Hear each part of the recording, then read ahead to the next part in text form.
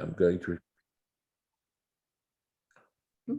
welcome and Baruch Ata Adonai Eloheinu Melech Haolam Asher Kitshanu b'mitzvotav v'tzivanu la'asok b'divrei Torah.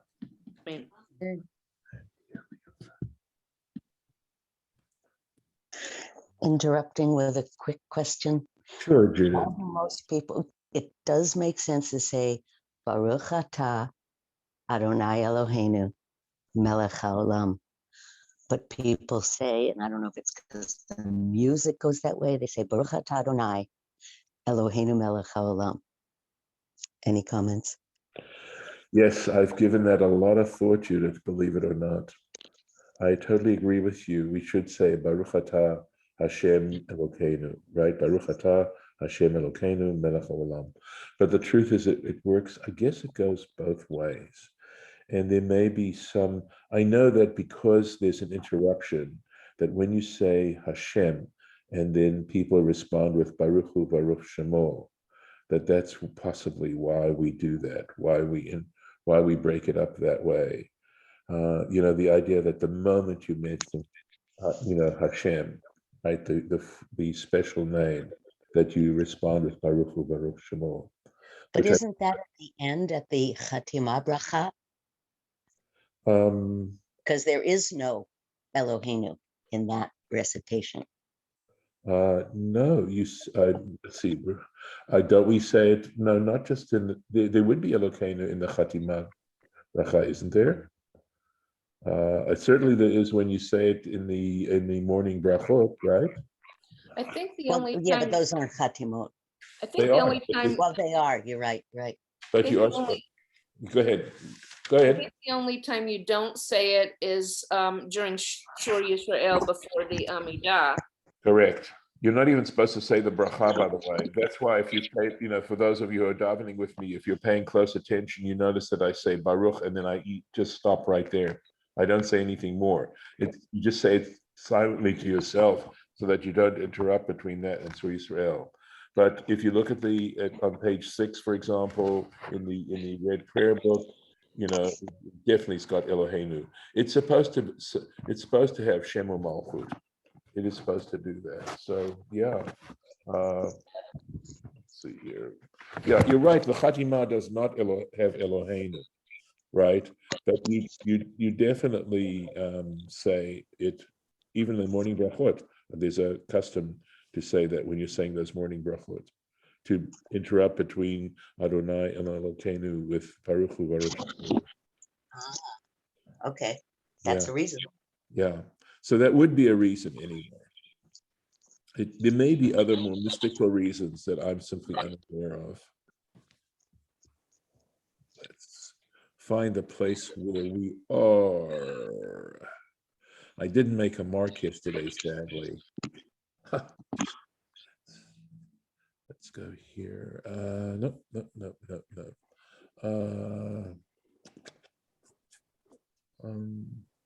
Yep, we stopped there. Where are we? It's terrible. Oh, okay. I'm gonna assume I did that.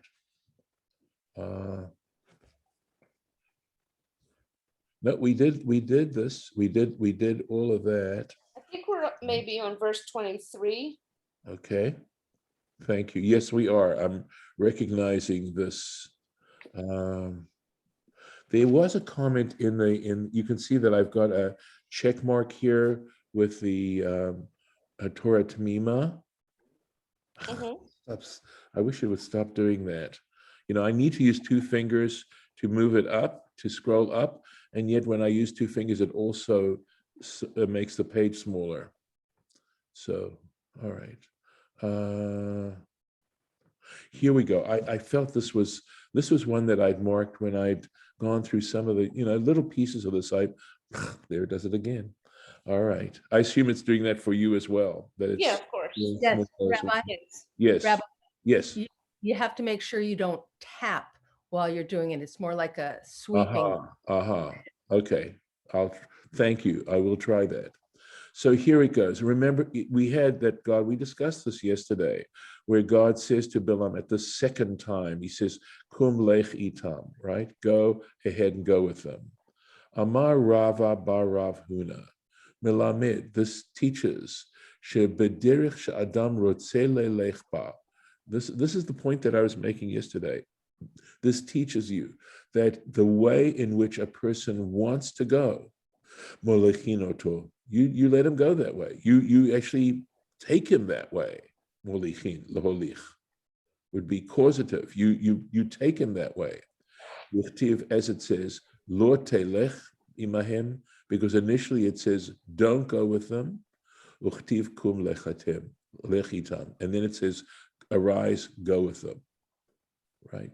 So the fact that this was after Bilam made it so clear, that's what he wanted. So God said, okay, go ahead. Now let's see what Torah Temimah has to say. Okay, here it is. This is a very significant statement here. Hu al derech, this follows the position al derech ma shekatuv, regarding what is written, hakol bidei shamayim, everything is in the hands of heaven, chutz mirat shamayim, except for the fear of heaven.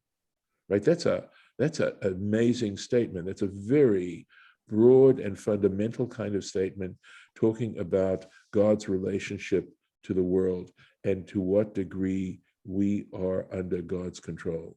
In other words, everything is under God's control except fear of heaven, meaning whether we choose to believe in God, whether we choose to fear God, meaning that we care about the commandments, we care about doing things, we care about sinning and things like that. That is totally under our control.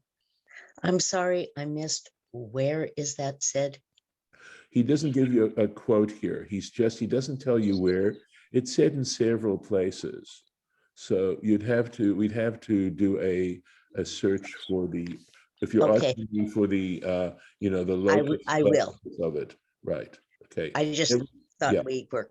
it was right there and I had missed where it was from. Okay. No, everything is in the hands of heaven. So if the quote will go, everything is in the hands of heaven, except the fear of heaven, you should be able to find it under that.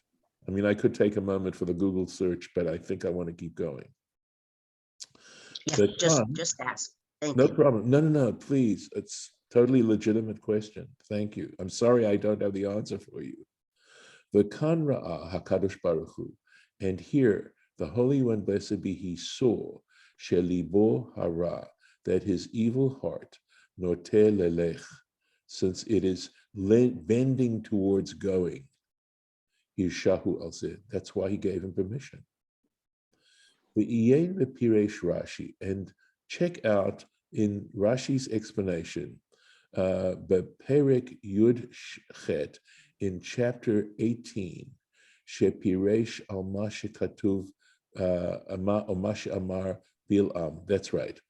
What Rashi says regarding what Bilam says, Im Yitain li Balak Malo Veto. In other words, so it's verse 18, right? In Pasuk 18, back verse 18, what Rashi says when Bilam says, if Balak were to give me Malo Beito Kesef Ezahav, we read this verse, right? The fullness of his house, of silver and gold, right? His house filled with silver and gold. Lo uchal la'avor al pi Hashem. I would not be able to contravene the mouth of God. Katav. This is what he wrote, and this is quoting Rashi. Limadnu or lamadnu, we learn shenafsho rechava, that he is actually very, very greedy. Umechamed mamon acherim, and he lusts after other people's money. Ad kan lashono, the end of quote.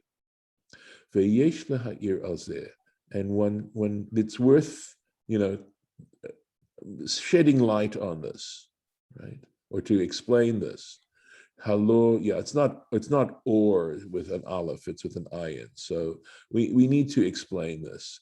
Halo matzinu b'mishnah. So he shows certain contradictions here, right? So he's going to try and clarify something. We have found in the Mishnah, Tet, Perek Vav de Avot, right? In chapter 6, Mishnah 9 of Pirkei Avot, Amar Rabbi Yossi ben Kisma, Rabbi Yossi ben Kisma said, Im ata noten li kol kesef v'zahav sheba'olam. He's saying this to another man who's offering him a lot of money to come to his place, right? And Rabbi Yossi ben Kisma says, if you were to give me all the money, all the silver and gold in the world, lo eitze lemakom, I would not go out to a place she'eneh makom Torah, that is not a place of Torah. I wouldn't want to go to a place. You could offer me everything, and I still wouldn't want to go to a place that did not have Torah there, etc. The imkain, and if that is the case, my chazita, my chazit, what did Rashi, how could he say this? And it isn't just Rashi, I don't believe. I think he's commenting from one of the midrashim or the Talmud, something like that, right? Lidrush l'ra'ah. Why should he? What right do you have to interpret in this negative way, milashon kazeh, from this kind of language, bignut bilam, right? Why would one should say this to deprecate Bilam if he said this? If Rabbi Yossi bar Kisma used exactly the same kind of expression, aval emetu, right? De lo dami lahatam. But the truth is, right, if you look carefully, the one situation is not like the other. They're different, really. The Sham, because there, haya hama'aseh she'ish echad hitzia lifnei Rabbi Yossi, because the situation with Rabbi Yossi bar Kisma was, all right, that this a certain individual had suggested to Rabbi Yossi sheyelech lagur le'iro, that he should go and live in his city. Vayiten lo avor zeh, and for coming to live in his city, he would give him elef alafei dinarei zahav. He would give him 1,000. So I suppose that's 1,000,000, right? 1,000,000 dinars of gold.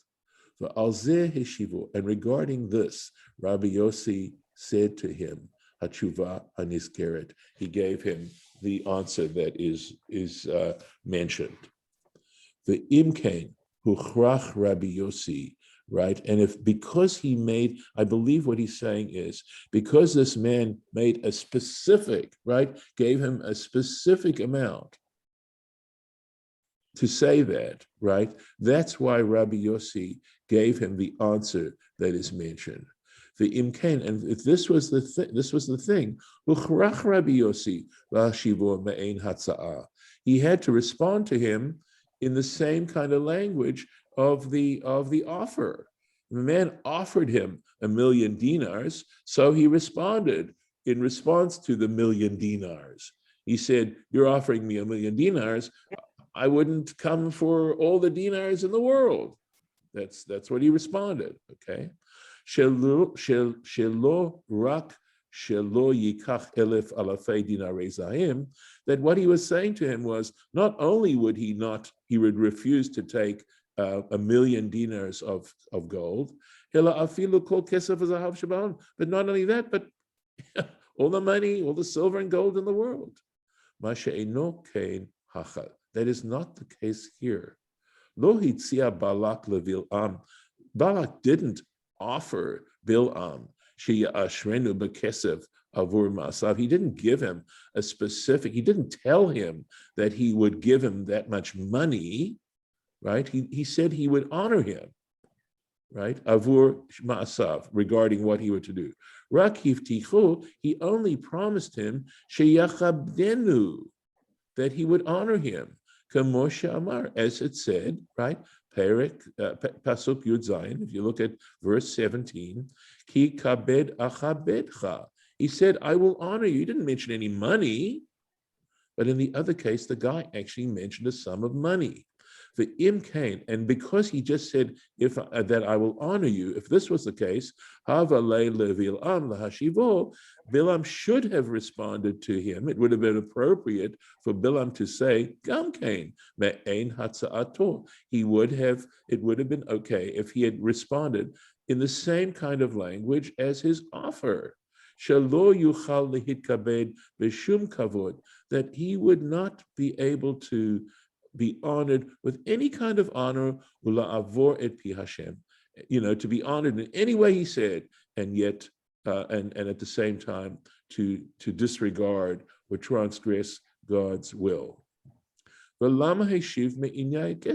mentioned money, right? Why did he have to mention specifically money?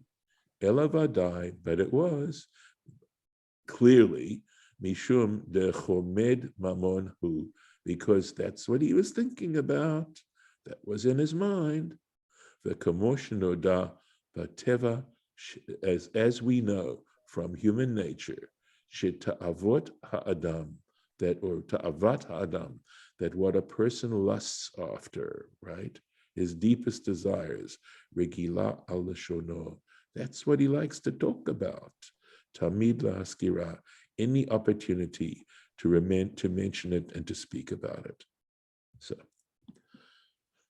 all right. Okay. Lauren, thank you for looking up my fact checker, right? Thanks. Anyway, I hope you enjoyed that. I thought that was when I read that originally, I thought, wow, that is, to notice that particular difference, to raise the question and then the answer was just really interesting. So, I hope you enjoyed that. Go into this. Let's go on. Okay, yeah, I can see this. Yeah, we did all of this. So we're going to the next, I think we are. Yeah, because we mentioned how he saddled his own donkey, and Abraham did the same thing when God asked him to offer up Isaac. Okay. And we also did how God was angry with him, and how, remember, the angel was actually an angel of mercy. All right, so let's make sure we did all the Rashis. Okay, this makes sense. All right, yep, we're on 23. Vatere ha'aton et malach Hashem nitzav baderech.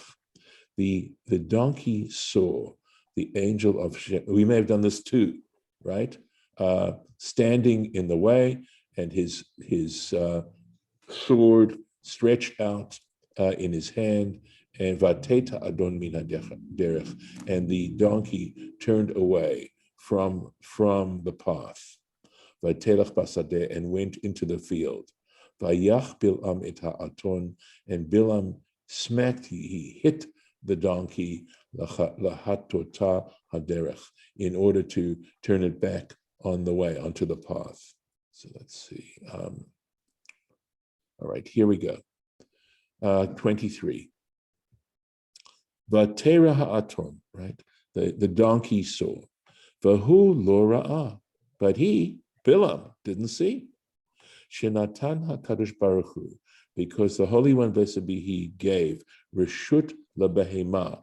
He gave, okay. It may be a general statement that God has given permission, literally, to cattle in this way, Lirot Yoter Min HaAdam, to see more than a human being. Now, this sounds like a general statement that Rashi is making here, that in some senses, animals see more than we do. And of course, we know, for example, with dogs, that their sense of smell is, like they say, I've seen somewhere 200 times as acute as ours. And so this could be sort of along those lines. Shemitoch sheyesh bo da'at tetaref da'arto keshir'e mazikim. Because shemitoch, because sheyesh bo da'at, because he has knowledge, and I think this is it could be referring to human beings, that why God has given this to human beings, because human beings have a level of understanding, right, that that animals don't have. And it could be titaref dato, that he would be confused, he'd be messed up. We wouldn't be able to think straight, keshir and mazikin, if we were to see. Mazikin would be like demons, things like that. If we were actually able to perceive and see things that could hurt us, that we don't see. And we'd be, okay, so that's a general statement that Rashi's making about the difference between human perception and animal perception. So, v'charbosh tulfa biyado, his sword stretched out in his hand. Amar, so he thought, Rasha zeh, this wicked person, this is God's thought, as it were, this wicked person, heniach kli umanoto, he set aside the instruments of his art. This is referring to what we had said before, right? When we started the whole issue of why Balak hired Bilam to curse the Jewish people, as opposed to simply go out in battle. Remember? And we discussed the thing about the verse Hakol Kol Yaakov V'Hayedei Yedei Esav, when Isaac blesses Jacob and says the voice is the voice of Jacob, but the hands are the hands of Esau, and that is understood that for non-Jewish people, non-Israelites, the way in which they gain control, etc., are to use force of arms, but the force of arms of the Jewish people is prayer. That's the mouth of Jacob. That prayer is our ultimate weapon, if you want to use it that way. Okay. Shekli zayanan shel umot ha'olam, because the instruments of battle, right, arms of the nations of the world, the cherev, are with the sword. Vahu ba alehem befiv, and he is coming, this is Bilam now, coming upon them with his mouth. Shahu umanut shalahem, that is that is what they use, right? Sorry, I'm sorry. Let me stop this. Forgive me. Forgive me, it's someone wanting to increase my car insurance, I think. Okay. Or Rabbi, yes. If Balaam, if the donkey didn't tell Balaam about the angel would have killed Balaam with his sword. Correct. But we aren't there yet. We aren't there, and we may get there, but we may not get there. But that's what we're here right now. Okay. So far, it's simply that the donkey is seeing what Bilam is not seeing, and Rashi's giving us a general explanation as to the fact that is part of the nature of animals, is what he's saying. But we're saying now Rashi's answering the question: why would God have sent an angel? Why mentioning specifically the outstretched sword? Remember, we basically, all these comments come from looking at the words and saying, why is this here? What is this trying to teach us, right? So we're in the middle of explaining how that since Bilam was using the instruments of the Jewish people to come and wage war against them, right, and did not use what was supposedly the instruments of war of the nations of the world. So it says, Af ani et pos et shalo. So God's saying, okay, he wants to take the instruments of the Jewish people and use it against them. I'll take the instruments of the nations of the world, right? I will hold on to his, va'avu alav ba'umanato, and I'll come against him with his instruments, right? And by the way, this is, again, just very perceptive literary analysis here. And in fact, this was the end of Bilam. We read in Bamidbar Lamed Aleph, just incidentally, in Numbers 31, Ve'et Bilam ben Ba'or hargu b'charev. It says that the Israelites killed Bilam, son of Beor, with the sword, which again answers the question of why Dafka does it say with the sword at the end of that passage. So there's the literary irony going on here. It's 7:57 here, so I'm going to stop. I'm going to mark it here. Let me see. Okay, find the place. Okay, right here. Let's try this. Okay, that's not working. So give me a moment here. What is, I'm sorry, these are just such minor questions, but Not at all. why is the donkey called an atom instead of a chamor? So there may be a difference. I And- know and that. Yeah, go My ahead. translation, it says a she donkey every time, so that's probably why, Right. like a Jenny versus Like a you know, Jenny yeah.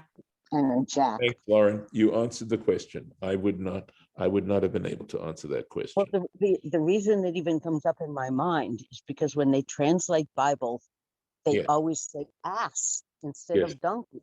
I And know. it's very hard working with kids to I get to know. because it I always know. It distracts is. them. And She why in ass. modern translation do they just not say donkey? Right. But the truth is, I don't think the word ass also means she donkey. I don't believe that's what the English means. I think Sometimes it's, they say she ass. yeah, that's right. Sometimes they say that. But there's a problem because, okay, what's interesting is that American pronunciation and spelling of that particular part of the anatomy is spelled ASS. And in England, right, in English countries, that part of the anatomy is called, and it's pronounced differently, and it's spelled ARSE. It's a different word altogether.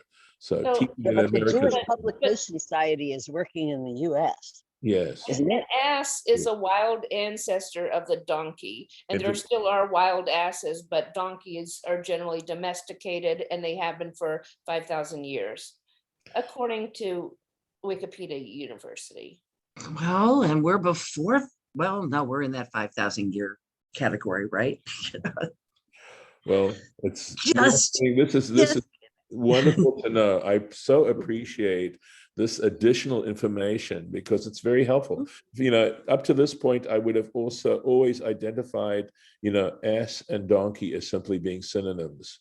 But I now understand that there's a distinction to be made. Yeah. The question is, will I remember that? But it's good to know. Yeah. By the way, it's significant that it is a she donkey. It is a significant thing. I was wondering about the significance because Rashi Yeah. didn't mention it. Well, Later Yeah. on, it's going to happen because the donkey. Okay, I'm going to stop the recording now, and wish those who are listening today a good Shabbat.